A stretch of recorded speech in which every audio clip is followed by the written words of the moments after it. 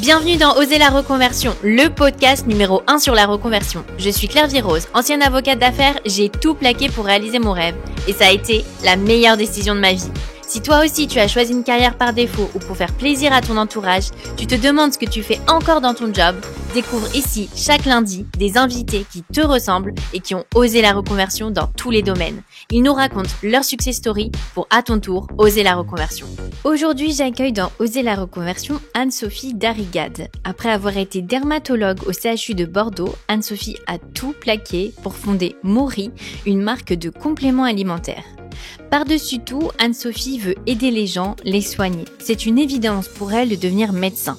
Elle se spécialise en dermatologie et allergologie et devient un des médecins référents de sa spécialité. Anne-Sophie exerce au CHU de Bordeaux. Au moment du Covid, Anne-Sophie est à bout de force. Elle est surmenée et elle sent que son corps la lâche. Anne-Sophie s'intéresse alors à la micronutrition et aux compléments alimentaires pour l'aider. Elle regrette que la médecine soit uniquement curative via les médicaments et qu'on ne fasse pas plus de prévention via par exemple l'introduction de compléments alimentaires dans notre alimentation. Aujourd'hui, Anne-Sophie a quitté son poste au CHU pour se consacrer à temps plein à Mori, sa marque de compléments alimentaires. Elle vient d'ouvrir sa première boutique à Bordeaux, au 15 rue Bouffard. Anne-Sophie vérifie l'efficacité de tous ses produits via des études scientifiques et surtout conseille les clients selon leurs besoins spécifiques. Alors avec Anne-Sophie, on a évoqué sa carrière de médecin, ses longues études, sa volonté de faire du bien aux gens, les réactions de son entourage lorsqu'elle a quitté son poste de médecin avec un gros salaire pour lancer sa boîte et sa vision pour Mori. Vous allez voir, Anne-Sophie voit les choses en grand pour Mori et ce n'est que le début. Mais je ne vous en dis pas plus et laisse place à ma conversation avec Anne-Sophie. Bonjour Anne-Sophie, bienvenue dans Oser la reconversion, je suis ravie de t'accueillir. Bonjour Claire-Vie, merci de m'accueillir. Alors, est-ce que tu peux te présenter ? Alors, donc je m'appelle Anne-Sophie, j'habite à Bordeaux depuis plusieurs années. J'ai actuellement fraîchement 38 ans et je suis maman de 2 enfants. Je suis en couple également avec un homme qui est également médecin. Et alors, donc tu es médecin. Oui. Alors, je suis super contente parce qu'on n'a jamais eu de médecin encore dans Oser la reconversion. Alors, est-ce que tu peux nous présenter ce que tu fais exactement et puis comment tu as eu envie de faire médecine ? Donc moi, effectivement, je suis dermatologue, c'est ma spécialité, mais j'ai aussi fait une surspécialité en allergologie et j'ai également fait un parcours de recherche en complément de mes études. Et avant d'aller en médecine, j'ai fait une année de prépa lettres et sciences sociales, Hippocagne, et puis après je suis allée en médecine. Moi, j'ai toujours voulu être médecin. J'ai pas de médecin dans ma famille. Et depuis toujours, depuis que j'ai 5-6 ans, j'ai toujours voulu faire ce métier. J'avais pas mal d'otites quand j'étais enfant, donc j'allais beaucoup voir le médecin. Et je sais pas, j'ai trouvé ça formidable qu'on puisse soulager des douleurs, faire du bien. Et donc du coup, depuis toute petite, j'avais dit à mes parents, moi je vais être docteur. Après bon, voilà, je savais pas qu'il y avait différentes spécialités et tout ça. Donc j'ai fait le cursus classique. Au lycée, j'ai pris la section S parce que je savais que je voulais aller en médecine. Et puis arrivé effectivement en terminale, ma cousine était en 6e année de médecine. Une cousine éloignée, et elle m'a dit oh là là, tu sais, c'est des études qui enferment beaucoup, ça te demande pas beaucoup de réflexion, donc je sais pas si ça va te plaire. Et moi j'ai toujours été attirée par le parcours un peu littéraire, donc comme j'avais une année d'avance, je me suis dit bon, allez, je vais en prépa et puis je verrai bien si après je veux retourner en médecine ou pas. Ouais. Ah, t'as complètement fait changer d'avis en fait cette discussion. Exactement. Elle m'a fait remettre en question. Je me suis dit, mince, mais d'où, tu vois, justement, la suite du parcours, c'est que je suis assez ouverte à plein de choses et il y a beaucoup de choses qui m'intéressent. Et donc, du coup, j'ai fait, bon, vu que j'ai cette année d'avance, autant en profiter. C'était plus simple d'aller en prépa et de retourner après à la fac de médecine que de faire l'inverse. Donc, j'ai fait mon année en prépa et en fait, je me suis rendu compte que non, c'était pas du tout ce qui me convenait, que moi, j'étais vraiment très cartésienne, que j'aimais bien ça et que vraiment, j'avais envie d'être médecin. Donc après, je suis partie dans mon cursus médical. Donc voilà, j'ai tracé ma route. Enfin, ça dure assez longtemps. Hein. Il y a eu quand même des hauts et des bas où je me suis dit mince, est-ce que c'est vraiment ça que j'ai envie de faire je me suis posé des questions. Il y a des passerelles pour pouvoir partir sur Normal Sup, pour pouvoir faire d'autres choses, mais bon. T'as fait combien de temps pour devenir dermato?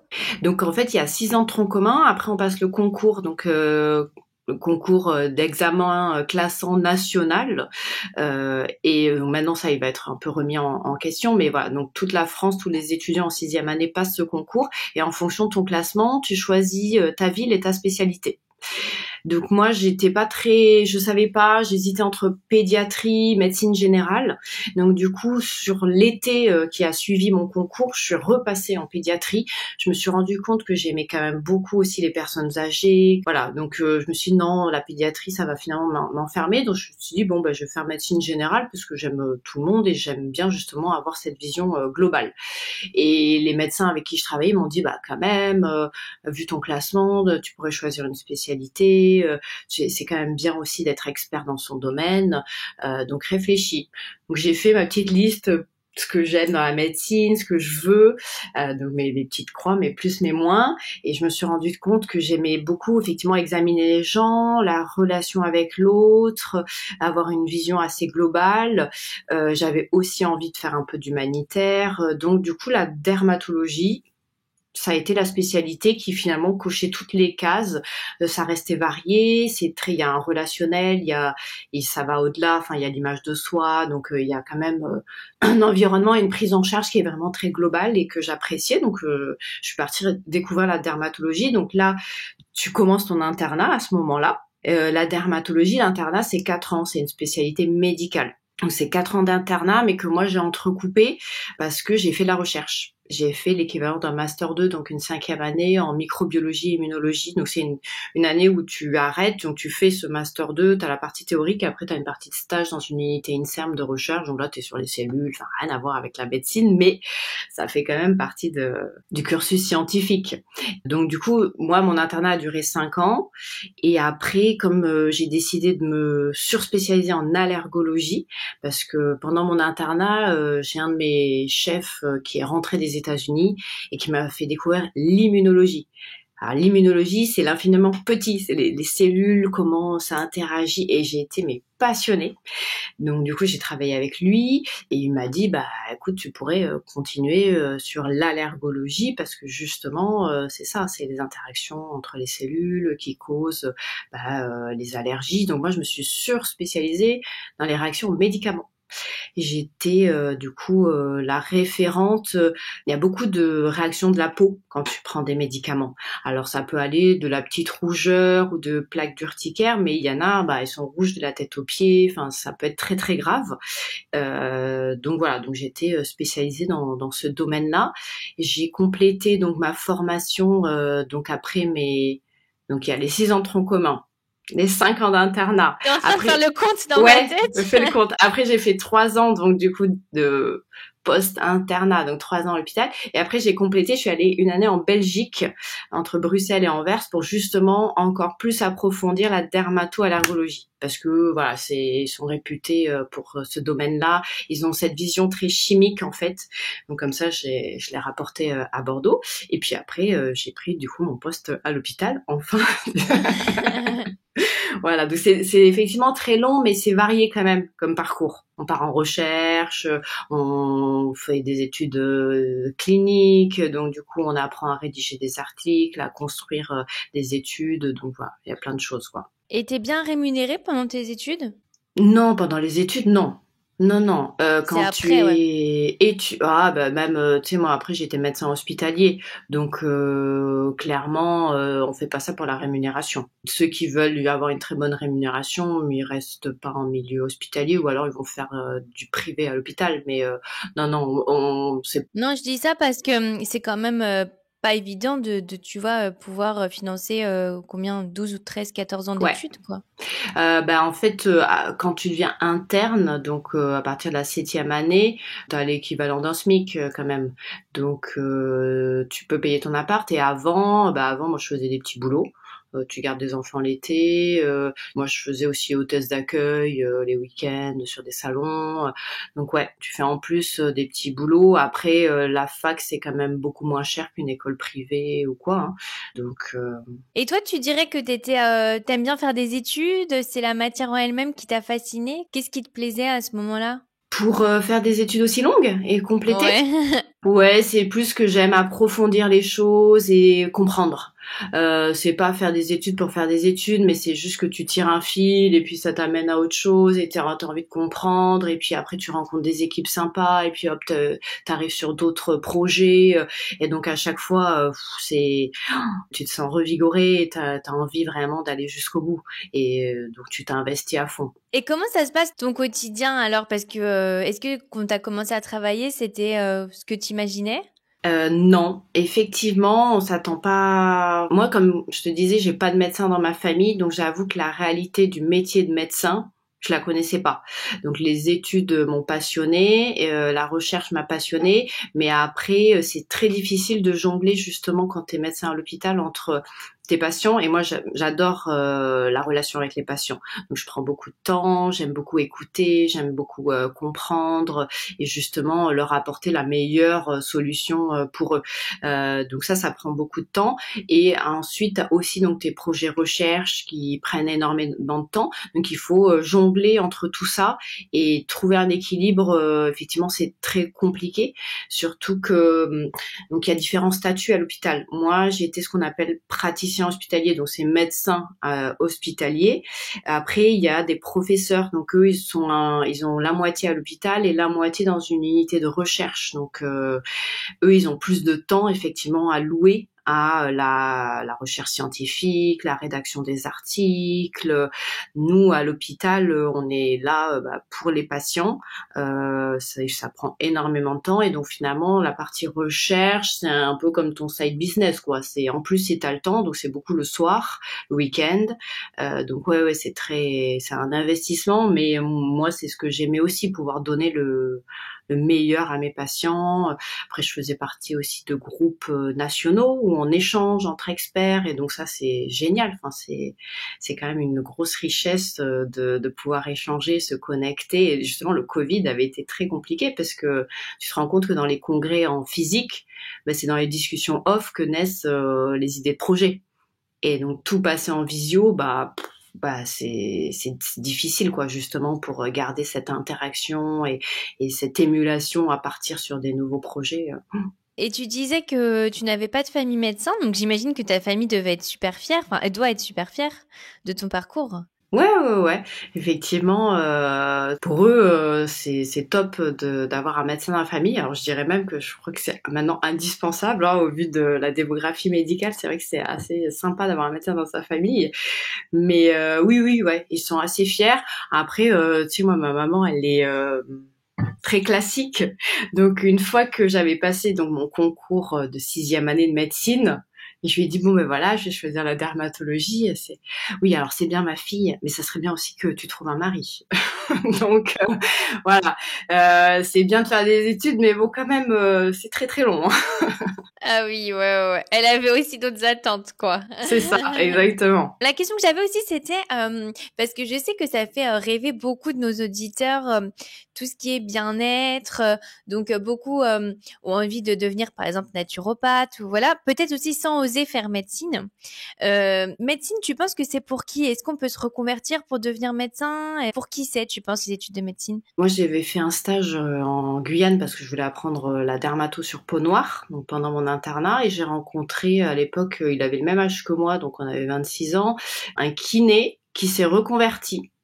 Donc à 26 ans, il a fait la passerelle pour arriver en 2e année de médecine, il a refait tout le cursus et maintenant là il est urgentiste et je crois qu'il est reparti justement dans les dom-tom, il vient de finir son internat. Donc c'est possible, c'est long. Quand j'étais en prépa aussi, j'ai une amie, donc moi je suis partie en médecine au lieu de partir en 2e année de prépa en Cagne. Elle est partie aux Beaux-Arts, elle a fait les Beaux-Arts et après elle a repris médecine. Donc au final elle a commencé médecine 4 ans après moi et maintenant elle est pédopsychiatre. Donc c'est toujours possible, il y a des passerelles pour arriver en 2e ou 3e année. Après, ça reste quand même très long comme étude. Donc c'est vrai que c'est compliqué. Il faut voir aussi au niveau de la vie perso, des engagements. Voilà, c'est avoir des enfants et repartir dans un cursus médical. C'est très compliqué. Donc c'est vrai que naturopathe, il y a des écoles qui se font en 2 ans, il y a des formations, donc il y a d'autres façons d'aborder le bien-être. Et justement, je pense qu'on en parlera dans la suite de l'épisode, mais je pense il y a pas que la médecine. On a une très belle médecine en fait qui est axée sur le médicament, mais nous, notre médecine, elle est là pour poser un diagnostic, une problématique, une maladie. Et après, on nous apprend à résoudre cette maladie. Mais il y a plein d'autres façons, finalement, de se faire du bien sans être que sur le médicament. Être médecin, ça permet vraiment d'avoir cette vision globale parce que les 3 premières années, on apprend le corps organe par organe. Les 3 années suivantes, on apprend les maladies organe par organe. Donc c'est vrai qu'au bout de 6 ans, on a quand même une vue très globale du corps humain, de son fonctionnement. Et c'est des connaissances qu'on peut pas acquérir tout seul.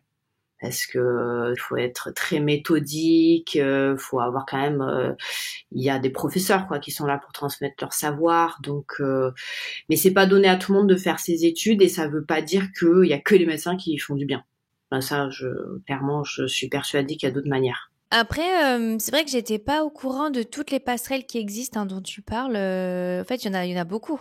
Il y en a, et il y a aussi, alors je ne connais pas le terme exact, mais je sais qu'on peut avoir des subventions par la région ou quoi pour avoir justement un salaire. Enfin moi, l'ami dont je te parlais qui était kiné, bah du coup, il a été payé pendant toutes ses études de médecine. Dès le début, hein, parce qu'au début, c'est vrai que les salaires d'externe à 200 euros, c'est pas suffisant. Lui, il avait directement un salaire, mais après, ça veut dire que pendant plusieurs années, tu dois être dans des zones où il y a une pénurie de médecins.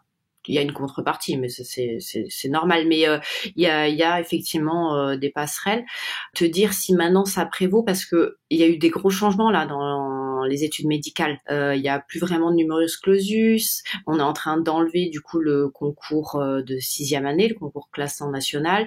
Donc il faut se renseigner auprès des facs de médecine en fonction des régions, voir un peu qu'est-ce qui est faisable. Mais effectivement, il y a des possibilités. Je pense que ça va s'ouvrir de plus en plus parce qu'on a besoin de médecins et donc voilà. Ouais, c'est super intéressant. En tout cas, j'imagine qu'il y a pas mal d'auditeurs. Ça ouvre des portes en fait pour eux d'entendre que c'est possible. Donc toi, t'es encore médecin, hein, t'es encore dermato-allergologue. T'es un petit peu en phase de transition, c'est ça que je trouve qui est intéressant de t'interviewer aujourd'hui parce que t'as commencé un nouveau projet. Alors, comment t'en as eu l'idée, puisque tu peux un petit peu présenter cet appel que tu as eu pour l'entrepreneuriat? Bah, comme je te disais, j'étais déjà ouverte à beaucoup de choses. Dès le départ. Donc moi, c'est dans ma personnalité d'être vraiment, d'avoir envie d'être sur plein de domaines et de toujours apprendre et d'enrichir après chaque domaine. Donc quand je suis partie en médecine, clairement, moi, j'avais lu les livres de Jean-Christophe Rufin et donc du coup, pour moi, il n'y a pas que la médecine et je trouvais ça chouette. Je me suis posé la question, est-ce que je pars à Sciences Po? Est-ce que je fais Normal Sup? Est-ce que je fais autre chose en plus de la médecine? Bon, j'ai fait mes études et puis j'ai profité pendant mes études, mais j'avais déjà autre chose en tête. Je m'étais dit à 50 ans, j'arrêterai d'être médecin et je partirai vers autre chose, mais je sais pas quoi encore. Donc là, j'ai eu post-Covid, j'ai eu des soucis moi de santé, mais bon, qui finalement ne se sont pas avérés graves, mais j'ai eu un reflux, donc j'ai dormi assise pendant 1 an et demi et j'avais mes brûlures voilà toute la journée.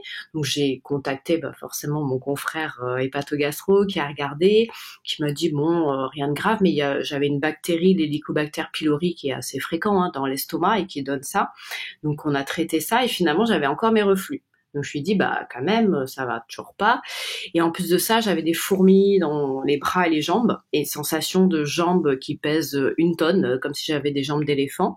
Donc je lui en avais fait part et il m'avait dit on peut doser les vitamines et effectivement j'avais la vitamine B12 qui était juste en dessous de la norme parce que cette bactérie consomme la vitamine B12 et comme j'avais pris beaucoup de traitements antiacides, là, les inhibiteurs de pompe à protons, les IPP, ça consomme aussi cette vitamine. Donc je me suis rechargée avec cette vitamine, mais tu vois, je suis médecin et je me suis dit, comment je fais? Donc je me suis prescrit le truc qu'on prescrit aux gens qui ont des maladies de Birmer, mais je savais pas trop. Et puis j'avais quand même cette fatigue qui était toujours là.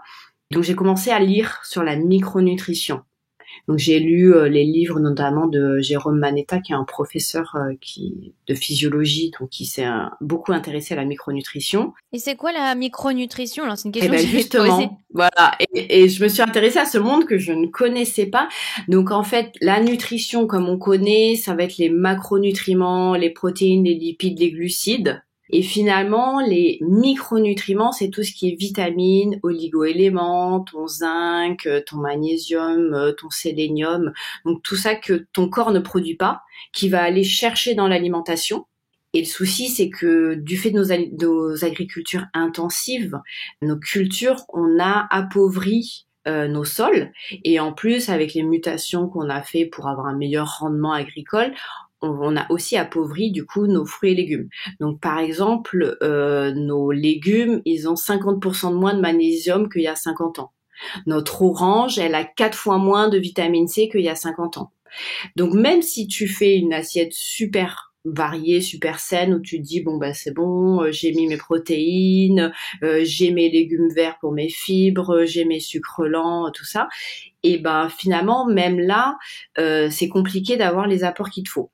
Surtout quand tu es sur un mode de vie où tu es tout le temps à fond, où tu vas vraiment à l'épuiser. Donc moi je pense que tu vois il y a eu le Covid, moi pendant le premier arrêt pour le Covid, moi j'étais enceinte et donc j'ai eu l'accouchement de mon deuxième, de mon fils.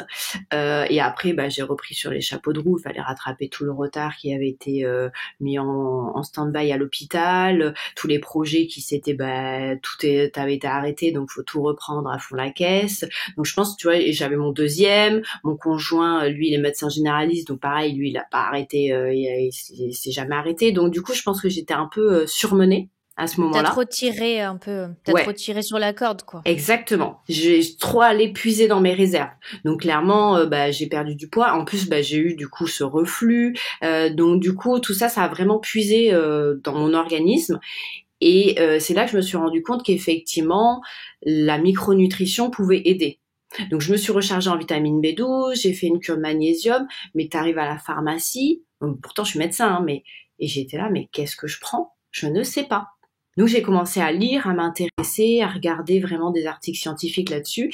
Et en fait, il y a beaucoup que ce soit les oméga 3, le magnésium, le sélénium, c'est des micronutriments qui font énormément de bien et peuvent t'éviter de partir sur du médicament.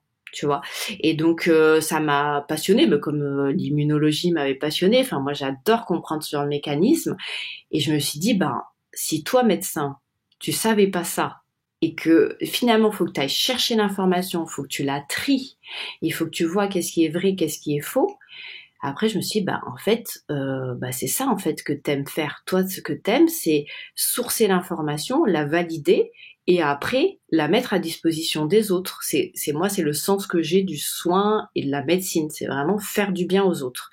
Donc, de là, je me suis dit, écoute, et il va falloir que tu revoies ta pratique médicale, et il va falloir que tu offres justement ces connaissances-là, autant les mettre à disposition des autres. Est-ce que t'as aussi aimé le côté prévention par rapport au côté Totalement. voilà, en fait les personnes elles viennent te voir, elles sont déjà malades. Est-ce que là t'es attiré par le fait de prévenir avant qu'elles deviennent malades? Moi c'est ça qui fait sens en fait, tu vois, depuis quelques années où comme je t'ai expliqué dans mon cursus, moi je suis devenue très très très très experte dans mon domaine, où j'étais la numéro 1 en Nouvelle-Aquitaine sur mon domaine, mais finalement ça me satisfaisait pas tant que ça. Alors je le faisais parce que j'ai un niveau d'exigence que je veux donner à mon patient, mais c'est pas la conception que j'avais moi du soin.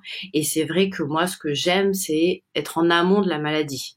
Et je trouve que se dire on est dans une société où la médecine a fait une révolution. On est très content de plus mourir suite à une infection. On soigne la tuberculose, on soigne les angines qui peuvent être gravissimes. On a des vaccins qui évitent des maladies graves. Mais maintenant, on a d'autres problématiques dans notre société. On a du diabète, de l'hypertension, du surpoids, on a des démences avec des maladies d'Alzheimer qui sont en train d'exploser. Voilà, on a des stress très importants avec des gens qui font des grosses dépressions. Donc il y a quand même beaucoup de problématiques dans notre société qui sont finalement le cœur de tous ces problèmes, c'est qu'il y a une inflammation qui après va s'exprimer dans différents tissus, au niveau cardiaque, au niveau neuro, au niveau des vaisseaux. Mais c'est cette inflammation-là qui est présente. Et ça, clairement, on peut faire un travail avant que la maladie s'installe. Finalement, il y a des signes d'alerte avant d'arriver au stade de maladie, où là, bah oui, là, il faut du médicament, hein, clairement, quand on est à ce stade-là. Mais en amont de ça, il y a plein de choses à faire.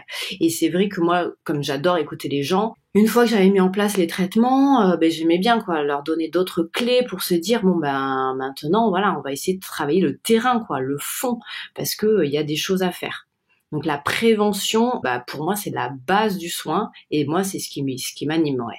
On l'a pas encore dit, mais donc tu as lancé Mori en juillet 2023. Donc c'est le nom de ton entreprise justement qui est spécialisée en compléments alimentaires. Et la question que je voulais te poser, donc tu fais de la micronutrition et des nutraceutiques. Voilà. Ouais, c'est la même chose. C'est la même chose alors du coup. Oui.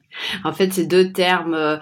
Il y a la nutrition, le terme que tout le monde connaît, la micronutrition parce qu'on s'intéresse aux micro-éléments qui vont aller dans la cellule et interagir, ou même au niveau de la mitochondrie, donc c'est une cellule dans la cellule. Et après, la nutraceutique, c'est le terme pour dire que c'est un peu la science de la nutrition, quoi. C'est la même chose, hein, tout ça. Et effectivement, donc j'ai fondé Mori. Mori, ça veut dire forêt en japonais. Et donc le but c'était vraiment de partir de ça, des arbres qui communiquent entre eux, qui interagissent avec leur environnement, qui se nourrissent du sol, et de se dire nous humains c'est pareil. On a besoin de notre environnement, on a besoin de nourrir, d'interagir, et donc tout ça c'est de la prévention. Ouais. Donc Mori, ça s'écrit M-O-R-I. C'est ça. Tu as même une boutique à Bordeaux, au 15 rue Bouffard. Bon, on peut aussi commander en ligne. Donc comment ça s'est fait tout ça? Parce qu'entre t'as l'idée et puis après tu lances les produits quand même, parce que tu as énormément de produits sur ton site, selon un petit peu ce dont on a besoin. Comment ça s'est fait un petit peu le cheminement? Alors c'est pas un projet donc qui est né comme ça, hein. Ça faisait quasiment 1 an et demi que ça me trottait dans la tête, parce que j'avais commencé donc à me renseigner sur la micronutrition, à moi soulager mes symptômes que j'avais, mes fourmis, mes lourdeurs, en me supplémentant, puisque mes confrères médecins me disaient non c'est bon, t'inquiète pas Anne-Sophie, y a rien, les neurologues disaient y a rien, donc bon j'ai trouvé ma solution. Il te disait c'est le stress, il y a rien. Oui, c'est ça. Il disait lâche un peu le pied, c'est un peu compliqué. T'as 2 enfants, tu travailles beaucoup. Voilà, il me disait ça. Alors que clairement, moi j'ai trouvé ma solution et en 1 mois c'était on/off. Donc et alors que mon stress il est toujours là, enfin dire on est toujours à fond, on est dans un mode de vie comme ça. Enfin moi mes enfants ils me demandent, alors certes ils se réveillent un peu moins la nuit maintenant, ils ont grandi, mais voilà, il faut quand même toujours gérer le quotidien. Donc du coup quand j'ai eu ce projet qui est né en tête, enfin de me dire en fait la micronutrition, il y a beaucoup de données, il faut savoir les traiter, les classer, les clarifier, voir le vrai du faux, que les pharmacies c'est les principaux recours pour acheter les compléments alimentaires quand on en veut, mais c'est le pharmacien, lui, il est pas forcément formé à la micronutrition. Il y en a très peu qui ont ces connaissances-là. Et donc, du coup, je me suis dit comment faire, sachant que moi, le but, c'est vraiment de pouvoir diffuser l'information au plus grand nombre. Donc, je me suis dit, si moi, je me forme à la micronutrition et que je donne ces infos à mes patients pendant les consultations, ça reste limité. Ça reste les gens que je vois. Donc je me suis dit en fait il faut un lieu qui soit ouvert à tous. Donc je suis partie sur l'idée d'une boutique, d'un lieu physique qui est ouvert à tous, et finalement je présente donc j'ai ma marque Mori, M-O-R-I, avec des flacons qui sont tous uniformes. J'ai que 4 gammes et c'est des flacons rechargeables. Donc le principe c'est de garder ce flacon toujours pareil, puisqu'on s'ancre quand même dans une démarche éco-responsable et se dire on va pas prendre un flacon et le jeter, c'est on le garde, il est élégant, il est en verre, et après on le recharge avec des sachets. Et moi j'ai fait que 4 gammes d'essentiels. C'est les 4 gammes, les 4 cures à l'année, le magnésium, les oméga 3, la spiruline pour se booster, la vitamine C. spécialité. Et après, j'ai la sélection des autres marques, parce qu'il y a quand même des marques françaises, européennes qui sont très bien. Donc, je les ai contactées une par une pour voir où est-ce qu'ils sourçaient leurs principes actifs. J'ai regardé, moi, les compositions, être sûr que ce soit bien compatible dans les formules, que les dosages y soient bons. Voilà. Donc, et j'ai aussi sélectionné des marques qui ont cette démarche éco-responsable. Donc, comme ça, dans mon lieu physique, la boutique, je peux proposer ces différentes marques et la mienne. Et le principe, c'est vraiment d'avoir un conseil. Donc, à faire que un site internet, bon, bah, c'est bien, mais ça veut dire que la personne, déjà, il faut qu'elle sache ce qu'il lui faut, ce dont elle a besoin. Alors que là, sur une discussion, ben déjà on va cibler la problématique. Est-ce que c'est une fatigue parce qu'il y a un problème de sommeil? Est-ce que c'est une fatigue parce que surmenage? Est-ce que c'est une fatigue parce que préménopause, bouffée de chaleur? Est-ce qu'il y a des troubles du transit? Est-ce que la personne est tout le temps malade et on se dit on va travailler sur le microbiote? Enfin, voilà. Donc le conseil là, cette discussion permet de trouver la problématique et après de proposer des produits et au moins la personne effectivement elle se dit bon je sais que le produit il est clean parce que il a été sourcé, donc elle n'a pas besoin de se dire bon alors maintenant qu'est-ce que je vais prendre, quelle marque je vais prendre, comment je le conserve, comment je le prends, voilà. Par exemple la vitamine D, il y en a qui en prennent, c'est très bien, ça booste l'immunité, mais si tu la prends pas pendant ton repas, elle est pas absorbée parce que c'est une vitamine qui est liposoluble. Donc ça, c'est des choses, il faut être vigilant à ça. Donc c'est bien de se supplémenter, mais il y a quand même une rigueur à avoir qui est pas de l'ordre du médicament, mais il faut quand même faire attention. Il y a des choses, c'est contre-indiqué quand la personne elle a eu un cancer du sein. Il y a certaines plantes, on va pas lui donner parce que ça active les récepteurs hormonaux. Enfin, donc il y a cette vigilance là. Et ça permet aussi, avec mes connaissances, de dire bon là, oui, on va pouvoir vous aider avec la micronutrition, mais quand même, il faut aussi aller voir du côté médical. Et moi, après, j'ai tout mon réseau, donc tout l'intérêt d'être resté sur Bordeaux pour dire bon voilà, moi je connais alors soit des naturaux pour travailler vraiment sur le terrain, mais qui vraiment ont des valences, des connaissances précises, soit plutôt après des médecins. Et ça permet de coordonner le parcours, voilà. Et c'est pour ça que je tenais à avoir un lieu physique ouvert. Alors clairement, c'est plus simple d'ouvrir un cabinet. Hein. Alors, on ouvre un cabinet au bout de 3 mois, on dit stop, on prend plus de nouveaux patients. Une boutique, c'est plus compliqué, mais j'avais aussi envie de ce rapport-là. De dire c'est la personne qui va venir à moi et moi je lui donne mon expertise, je lui offre et elle a cette garantie là. C'est pas la même relation. Et comment tu t'organises? Du coup, toi, tu as certains jours où tu es à la boutique. Tu as, j'imagine, aussi formé des conseillers. Comment c'est organisé? Alors là, c'est en train, du coup, comme tu le disais, hein, moi j'ai créé Mori en juillet 2023 et j'ai ouvert fin novembre 2023. Donc ça reste tout récent. Donc effectivement, je travaille donc avec une alternante qui finit son BTS de diététique et donc elle, comme ça, elle peut aussi faire des entretiens individuels pour vraiment cibler une thématique, chose que moi, médecin, je peux pas faire à la boutique puisqu'il y a quand même un ordre à respecter. Donc le lundi, je continue mes consultations médicales. Donc c'est pas ma patientèle, je remplace dans un cabinet de manière fixe. Comme ça permet quand même d'aider la dermato avec qui je travaille. Le lundi, son cabinet il est ouvert, les patients ils sont contents. Et moi, ça me permet d'avoir une rémunération fixe pour assurer mes charges, puisque comme j'avais 38 ans, je m'étais engagée, on avait acheté une maison, voilà. Moi, mon conjoint, pareil, lui, il s'est engagé financièrement sur son cabinet. Donc, quand il m'a dit, moi, je veux bien que tu partes de l'hôpital, mais il faut quand même vivre. Donc voilà. Donc du coup lundi je continue les consultations et puis moi j'aime ça en plus, c'est quand même après 12 ans, c'est quand même bien de continuer à pratiquer. Et après du mardi au samedi je suis à la boutique et du coup la personne avec qui je travaille elle est là 3 jours, donc moi ça me permet quand même le mercredi après-midi par exemple je suis avec mes enfants puisque maintenant je travaille le samedi, donc je suis plus le samedi en famille.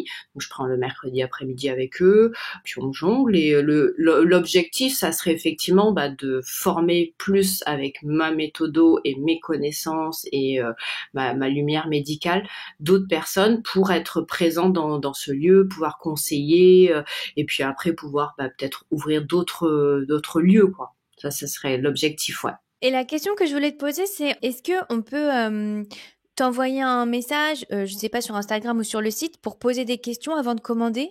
Bien sûr. Alors nous, c'est pour ça que là, on va ouvrir. Là, pour l'instant, les entretiens individuels, c'est que à la boutique, mais on va bientôt les ouvrir en ligne. Je suis en train de m'organiser parce que, effectivement, si on habite à Lille et qu'on a envie d'avoir un conseil personnalisé, bah, c'est quand même mieux. Et bah, comme je te disais, moi, c'est pour le conseil que j'ai créé Mori, ce qui est différent des autres plateformes où t'achètes sans vraiment trop savoir. Donc oui, là pour l'instant, les gens ils peuvent envoyer un message, soit via le site, parce que du coup, soit ils s'inscrivent à la newsletter, il y a des petites annonces, soit ils nous contactent par le site et moi je reçois le mail, ou alors par Instagram. Donc du coup c'est mori.nutrition. Ils nous suivent, ils n'hésitent pas à interagir et là on répond. Et voilà. Et puis après, il y en a aussi où des fois je leur dis, je vais refaire un petit peu les études scientifiques, voir qu'est-ce qu'on sait à l'heure actuelle sur votre problème et comment je peux vous aider au niveau micronutrition, quoi. Ouais, c'est super intéressant parce que je sais que moi j'ai des problèmes de thyroïde et on m'avait conseillé par exemple des compléments pour les cheveux. Je commande et puis je le reçois et là je me rends compte qu'il y a de l'iode dedans et qu'en fait c'est super mauvais quand on a des problèmes de thyroïde. Et donc c'est vraiment intéressant je trouve d'avoir les conseils d'un médecin justement pour parce que parfois on se dit ah ça va être la bonne idée et puis en fait ça peut aussi nous poser d'autres problèmes. Alors peut-être, quel conseil tu donnerais pour les femmes qui sont fatiguées et qui ont du mal à dormir? J'imagine que tu dois avoir des conseils. Alors la base, c'est le magnésium, effectivement. C'est un oligo-élément qui est essentiel pour notre corps et notamment pour le sommeil, pour gérer le stress aussi. Donc comme je te disais, dans les légumes, maintenant, il y en a de moins en moins de magnésium. Donc même si tu manges super sainement, tu vas en manquer parce que ton rythme de vie, ton stress, la pollution, tout ça fait qu'on consomme très vite notre stock de magnésium. Donc ça, c'est vraiment la cure indispensable. Et le problème, c'est qu'il y a beaucoup de magnésium différents. Donc le magnésium marin, tout le monde en parle, à part que ça sert à rien. Ça ne sert à rien. Ça ne passera pas ta paroi digestive. Ça va partir direct dans tes selles, dans tes urines. Donc c'est ça le problème, c'est qu'il y a des formes en fait dans les micronutriments. Il y a des formes qui sont absorbées ou pas. Donc les formes bisglycinates, donc que ce soit pour le magnésium, mais pour le fer aussi, c'est des formes qui sont absorbées et qui font pas mal au ventre. Ou même pour le zinc, tu vois, moi j'ai prescrit pendant 10 ans du zinc pour l'acné, donc les petites acnées, on les met sous 30 mg de zinc par jour. Et nous, les molécules qu'on prescrit et qu'on doit prescrire en tant que dermato et que je continue à prescrire quand je suis au cabinet, elles sont pas absorbées. Elles ne servent à rien, à part à faire mal au ventre. Alors que tu as des formes qui sont vraiment efficaces, mais qui sont pas du médicament, quoi, qui sont vraiment du complément alimentaire. Donc voilà, donc il y a aussi la forme de la molécule, d'où l'intérêt effectivement du travail que moi j'ai fait de screener qu'est-ce qui est bon, pas bon, en fonction des connaissances qu'on a. Donc le magnésium, c'est la base pour être en forme. C'est quel type de magnésium alors? On prend pas le magnésium Non. marin, donc lequel on prend alors? Le tien? Ou la forme bisglycinate. Voilà, ça c'est la forme la mieux absorbée dans toutes les formes qui existent. Voilà. Et l'autre question que je voulais te poser, c'était ton avis sur le collagène. Ouais. Alors le collagène, effectivement, c'est une très bonne molécule. Donc c'est une molécule qu'on a surtout dans la peau et les articulations. Donc effectivement dans la peau ça donne un peu cet effet un peu pulpé, et à partir de 25 ans on va en produire de moins en moins. D'où le fait qu'effectivement on a la peau qui est un peu moins rebondie, on a les rides qui sont plus marquées, on a la peau d'orange et puis après on a des douleurs tendineuses, articulaires qui s'installent parce que effectivement cette molécule elle est essentielle pour vraiment faire le melatoné de nos tissus. Pendant des années, ceux qui faisaient du complément alimentaire, tout ça, on se sont dit, il faut qu'on trouve du collagène. Et en fait, maintenant, on en parle beaucoup parce que depuis quelques années, on a réussi à couper, c'est une très grosse molécule, le collagène. Et là, en fait, on a réussi à la couper avec la chaleur et l'eau. On l'hydrolyse. Et comme ça, on fait ces petits bouts de collagène qui, eux, vont passer la paroi digestive. Parce qu'avant, on le prenait, il partait dans les selles. Il n'était pas absorbé. Donc maintenant, on a réussi à faire ça et c'est vrai que c'est très efficace pour les rides, pour le teint, pour les tendinites. Donc tu vois, moi pour le collagène, j'en fais pas avec la marque Mori pour l'instant parce que bon, il faut aller le sourcer. Moi, ce que je veux, c'est vraiment être sûr de ce que je vends à mes clients avec ma marque. Donc là, j'ai pris une marque suisse qui a un brevet quand même sur leur collagène et sur leur vitamine C, comme ça on peut le prendre dans des boissons chaudes. Et donc moi j'ai beaucoup de boxeurs, tout ça qui viennent à la boutique pour le prendre parce que effectivement il y a eu des études avec ce collagène-là, comme quoi il est très efficace au niveau des tendinites et il est aussi très efficace au niveau des rides et des peaux d'orange, quoi. Ah oui, donc ça fonctionne. Parce que je me demandais un petit peu. Moi, c'est vrai que j'en prends pas vraiment encore parce que je me disais, est-ce que Mais ils vraiment c'est fonctionnent un pas peu tous. pub ou pas, quoi. Faut qu'ils soient à 2000 kilodalton, ça c'est le poids. Donc en fait, voilà, ils fonctionnent pas tous ceux qui sont sur le marché. Si on te met un parfum à la banane ou aux fruits de la passion, c'est que clairement en fait la molécule elle est encore trop grosse et on te met un parfum pour cacher le goût. Et s'il y a du goût, c'est qu'elle est trop grosse, elle n'a pas été suffisamment cassée. Donc voilà, c'est comme tout en fait. Les bonnes molécules, sont plus onéreuses pour le laboratoire qui les achète, et donc du coup après le coût d'achat est plus important. Mais il n'y a pas que des bonnes molécules, donc il faut faire le tri. Donc moi, cette marque suisse, ils ont fait des études cliniques et ça c'est ma valence médicale. Moi j'aime bien. Il y a un groupe qui prend le collagène, il y a un groupe qui prend pas le collagène. On regarde au début, on regarde au bout de 1 mois à 3 mois, il y a une vraie démarche, quoi. Et d'ailleurs, même ils l'ont essayé pour la peau sèche et ils le disent dans leurs études, ça ne marche pas. Donc il y a cette honnêteté scientifique que moi j'apprécie effectivement avec les marques que j'ai sélectionnées, ouais. Et alors, donc on n'a pas trop parlé de ta reconversion. C'est vrai que moi je savais pas que tu avais quitté l'hôpital, hein, vraiment. Je suis en disponibilité. Ah oui, ouais. Ouais. Alors comment ça s'est passé, la décision et l'annonce? Ah, c'est un peu hard. Donc en fait, au début, ça faisait 2 ans que moi j'avais ce projet. Enfin, ça me bottait, mais comme je t'avais dit, je m'étais plus dit jusqu'à 50 ans, je reste médecin et après on voit. Donc je leur avais dit j'ai un autre projet que j'aimerais bien mener, mais quand t'es fonctionnaire de la fonction publique hospitalière et que t'es à temps plein, à 100%, t'as pas le droit de devenir chef d'entreprise. Il faut que tu sois en temps partiel. Donc je leur ai demandé est-ce que c'est possible de passer à 80%, comme ça déjà il me fallait du temps aussi parce que quand t'es à 50-60 heures par semaine dans ton boulot, t'as peu de temps pour développer ton projet entrepreneurial, mais donc voilà. Et en fait ils ont refusé ce temps partiel parce que ça leur allait pas dans l'organisation de l'équipe.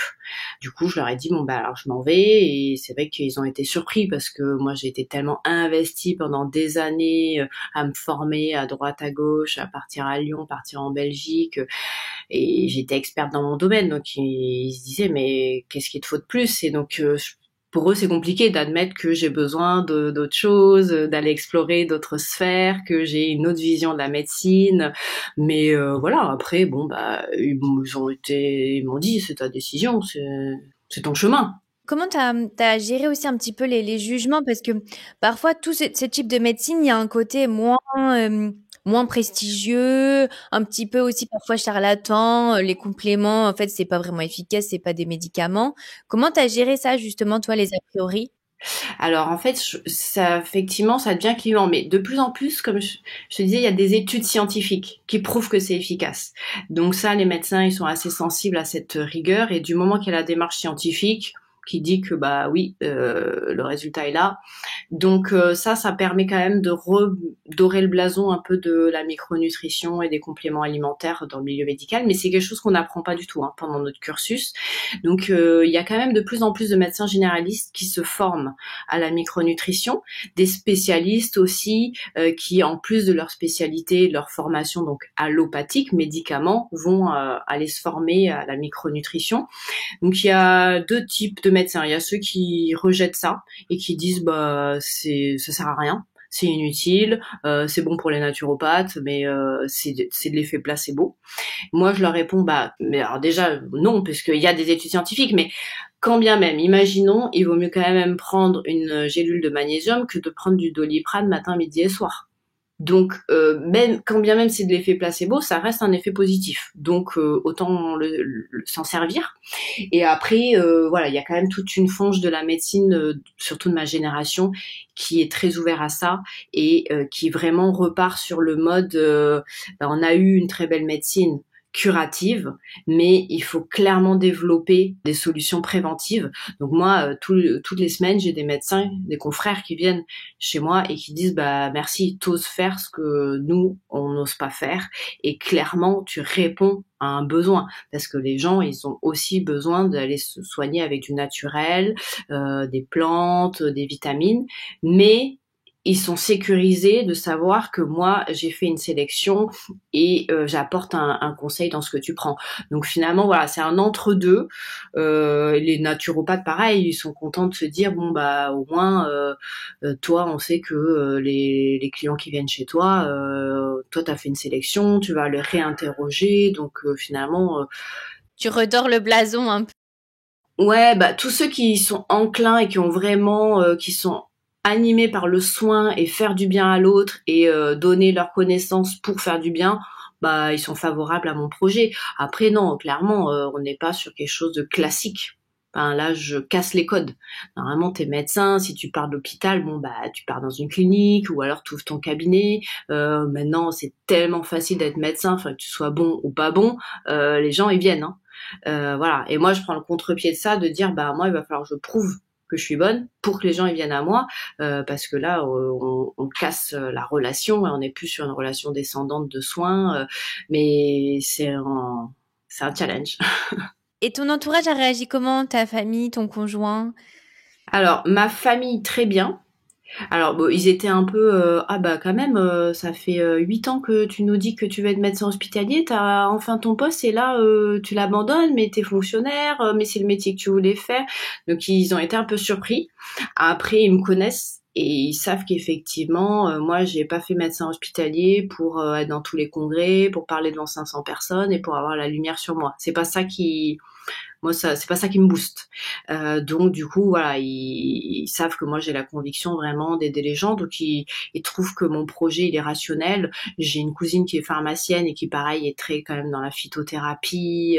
Donc, elle est très ouverte à ça, aux compléments, aux plantes et à pas faire que de l'allopathie. Ma tante aussi, qui est ma marraine, pareil, était pharmacienne et depuis toujours. Donc, elle était vraiment précurseur là-dedans. Elle mangeait bio, elle faisait ultra gaffe, elle faisait son potager. Donc j'ai quand même, moi je suis issue d'une famille d'agriculteurs qui fait gaffe à ce qu'ils mangent. Tout le monde consomme du bio. Enfin, donc pour eux c'était assez finalement, c'était ah c'est bien. Tu te rends compte qu'il n'y a pas que l'allopathie, hein, enfin. Donc ça ils l'ont bien pris. Mon conjoint, je pense que ça l'a stressé parce que on perd un équilibre et on perd une sécurité financière et donc Ouais, ça déstabilise un peu, quoi. ouais, il me disait attends, t'as fait 10 ans d'études, tu pourrais très très bien gagner ta vie, pourquoi? Mais après il comprend parce que lui, bah, tous les jours, il a des gens dans son cabinet qui viennent pour fatigue, qui viennent pour perte de cheveux, qui viennent pour surpoids, tout ça, et on n'a pas de solution médicale parce qu'il n'y a pas une maladie derrière. Donc du coup, il dit bon bah allez voir votre pharmacien. Donc là, de savoir qu'il y a quand même un conseil médical derrière, c'est quand même une valence plus sécuritaire. Donc voilà, mais pour lui, pour nous, notre équilibre, ouais, c'était pas très facile. Puis de savoir que j'allais travailler 6 jours sur 7, ça lui faisait pas non plus très très plaisir. Et puis alors, comment t'as financé? Parce que l'ouverture d'une boutique, ça coûte cher quand même. Très Donc comment t'as fait? très cher. Ben, j'ai fait apport personnel. Donc j'ai mis une partie de mes billes que j'avais en réserve et après j'ai fait un prêt à la banque. Et donc comme je suis médecin effectivement et qui s'est dit bon ben si sa boutique marche pas, bon déjà je revendrai le pas de porte là, le droit au bail, et puis après bon ben je rembourserai ce prêt avec mon activité médicale. Donc la banque elle a suivi parce que j'ai ce parachute de médecin. Et puis après il l'a suivi aussi parce qu'il trouvait que le projet était quand même novateur. Il m'a dit hein, si tu avais ouvert une boutique de vêtements, clairement j'aurais pas suivi parce qu'à Bordeaux il y en a plein, mais là on est sur un concept store, enfin c'est unique, il y a personne qui fait ça. Alors il y en a dans d'autres pays, hein, il y en a beaucoup dans les pays anglo-saxons, dans l'Europe de l'Est, il y en a beaucoup des boutiques comme ça, mais en France il y en a pas. Donc voilà, donc c'est un parti pris. Et puis moi je me suis laissée, je me suis dit bon voilà, tu te laisses 2-3 ans et puis après on voit. Oui, ça me fait un peu penser à la boutique à Los Angeles, Ereum. tu sais, qui fait tous les smoothies. Ouais. Ah, mais ça, j'aimerais bien. Ouais. C'est exactement pareil parce que c'est tous les aliments ultra bien bio. Après, tu as tous les compléments. Après, tu as les smoothies. Et c'est tout autour du bien-être. Donc, c'est vrai que c'est en avance, je pense, pour la France, en fait, ce que tu fais, Oui. mais c'est déjà arrivé ailleurs. Ouais. Et alors, donc, toi, ça serait quoi justement, ton plus grand rêve pour professionnel et pour Maury? Alors pour Maury et puis ouais pour le pro, ça serait que Maury finalement ça s'ancre dans le quotidien des Français, qui se disent bah tiens je suis fatiguée, j'ai mal au ventre, j'arrête pas d'être malade, bon bah tiens je vais aller chercher mes compléments alimentaires. Après je fais aussi des nutri-aliments et effectivement j'aimerais bien développer tu vois cette partie par l'alimentation avec des jus de fruits frais, des paniers, des yaourts avec des probiotiques. Donc il y a toute cette partie que j'aimerais développer. J'aimerais bien que Maury finalement ça s'ouvre dans toutes les villes de France et que ce soit accessible à tous les Français, qu'il y ait une équipe Maury pour avoir des conseils dans chaque lieu de vente. Et ensuite j'ai aussi dans le même fil rouge parce que Maury c'est one shot mais c'est pas non plus un suivi, on n'est pas sur une prise en charge d'une problématique sur du long cours. Donc j'aimerais bien aussi qu'il y ait des maisons Maury où là on soit plus sur de l'individuel et qu'on t'accompagne dans réaxer en fait ton mode de vie par l'alimentation, par l'activité physique pour te faire du bien et éviter que tu sois diabétique à l'âge de 50 ans, tout ça. Donc ouais, idéalement j'aimerais bien que Maury soit une solution en fait de soins entre la médecine et le bien-être en fait. Tu vois, un truc, une solution qui puisse être dans la prévention santé. Là, c'est le projet d'une vie. Ouais, totalement, totalement. Et alors, comment t'as fait pour être sûre que c'était la bonne chose à faire? Ah, mais on n'est jamais sûr.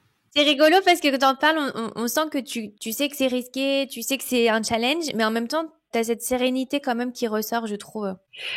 Moi, après, ça fait 10 ans que j'écoute mes patients, donc en consultation. Et donc, il y en a plein qui font appel aux médecines complémentaires et qui me demandaient mon avis. Donc, je sais que les gens, ils ont envie. Et puis, ils me disaient, bon, là, le traitement, il marche bien, docteur, mais qu'est-ce qu'il faudrait que je fasse dans mon hygiène de vie pour solutionner le problème? Donc, cette demande et ce besoin, il est là. Enfin, moi, je pars de mon propre besoin. Mais j'aurais été tellement contente que Maury existe quand il y a 2 ans, j'en pouvais plus. Et de se confier parce que on peut, enfin, tout le monde n'a pas ces connaissances-là, et c'est pas, enfin voilà, c'est chacun son domaine. Et de la même manière qu'on est ravis d'avoir des gens qui nous conseillent sur la cosméto, des gens qui nous accompagnent pour notre activité physique. Bon, là, c'est quand même, je pense, primordial de créer cette offre. Donc moi j'y crois parce que je pense que vraiment il y a un besoin sociétal et que les Français c'est une chance de leur donner ça. Après je j'ai pas de boule de cristal donc c'est ose, au pire ça marche.